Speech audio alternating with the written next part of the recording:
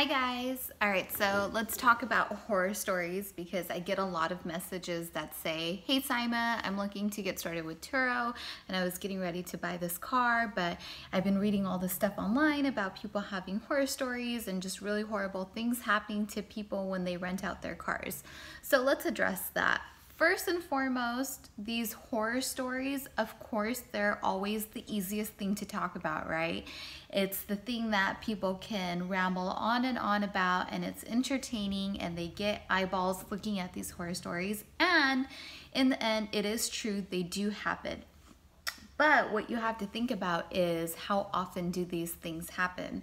And I am a prime example of this. I've been doing Turo for almost 4+ years now. I have a pretty good number of cars and I have a couple of thousand trips under my belt. If you look at my YouTube channel, you'll see some horror stories on there for sure.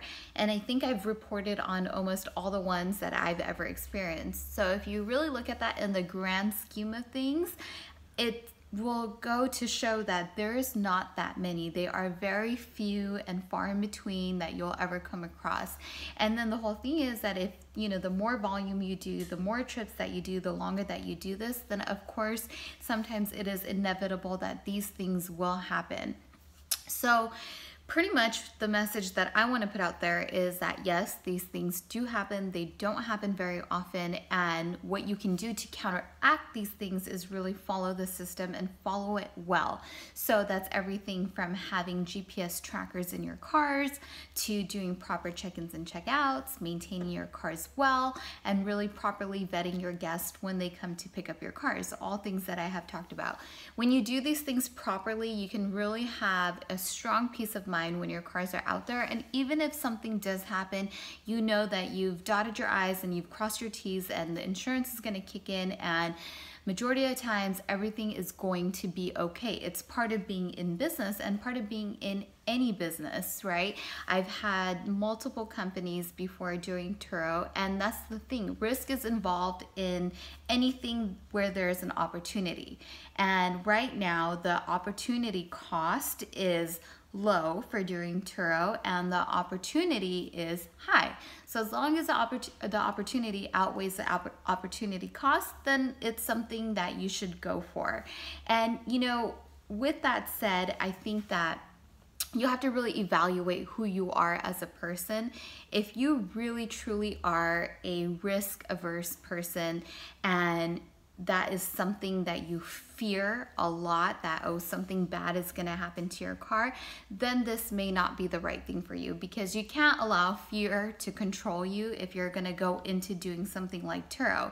It's just not, it's just not going to lead you down the right path. You have to go in knowing that these things can happen, and when they do happen, that you are going to be prepared.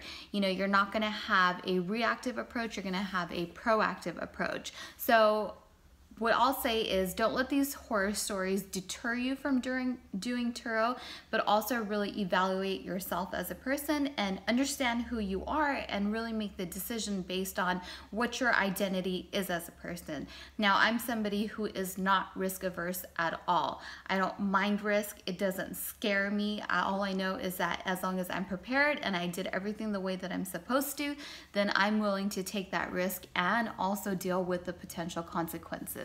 So those are some tidbits to think about if you are one of those people who are thinking about doing Turo. My advice is really evaluate those different factors, and for the most part, I would say go for it. If you know this and you know that you're going to put in the work and you're going to do things the right way, then it's totally worth it.